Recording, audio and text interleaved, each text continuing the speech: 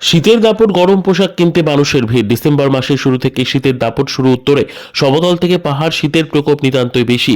সকালের দিকে ঘন কুয়াশা, বেলা বাড়লেও কিন্তু সেইভাবে রোদের দেখা মিলছে না। পাশাপাশি চলছে হিমেল হাওয়া। শীত পড়তে বিধান মার্কেট, শেঠ, শ্রীলাল মার্কেটে দেখা গেল অনেকেই গরম পোশাক কিনতে ভিড় জমাচ্ছেন। সর্বোচ্চ তাপমাত্রা 24-25-এর কাছাকাছি ঘোরাফেরা করছে। পাশাপাশি সর্বনিম্ন তাপমাত্রা এক ধাক্কায় শিলিগুড়িতে নেমে গেছে অনেকটাই। কখনো 11 ডিগ্রি, কখনো বা 12, কখনো 13।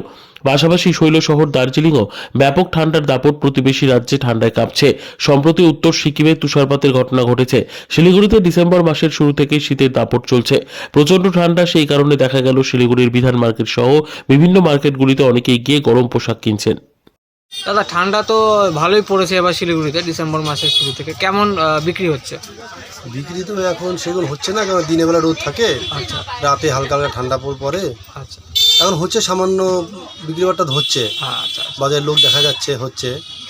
আশা রাখি যদি ডিসেম্বরের মাসের 25 ডিসেম্বর আগে যদি ঠান্ডাটা পড়ে তাহলে ব্যবসা ভালো হবে। আপনার নামটা? দীপঙ্কর দাস।